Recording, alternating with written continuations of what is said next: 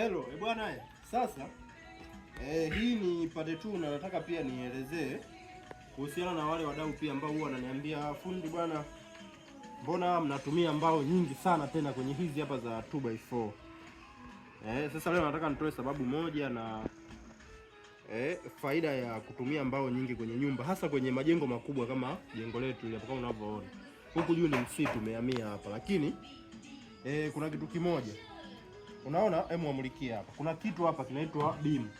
Hizi hapa za chini zinalala chini hizi. Sasa huwa kuna fundi mwingine anaweza kukupigia hesabu, asikupigie hesabu ya kulaza hizi hapa mbao chini hizi beam hizi, ambazo hizi beam hapa zina umuhimu mkubwa sana kwenye nyumba. Hizi beam kazi yake, ukiwa hujalaza beam ya namna hii chini na matawi yake kama kawaida yanaenda pembeni, na maana kwamba hautapata uimara wa paa lako. Paa halitakuwa imara. Kwa sababu gani?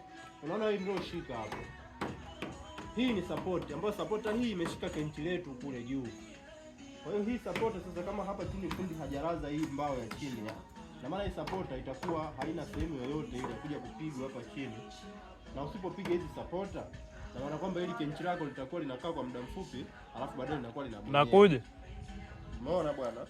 Kwa hiyo kuna hii hapa kuna hii hapa, fundi wamulikie hapa, hizi hapa zote zimepigwa chini kwenye beam.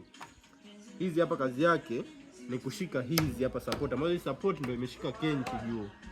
Karibuni sana na asanteni sana. Mpaka kwanza nilikuwa nimekata sijui.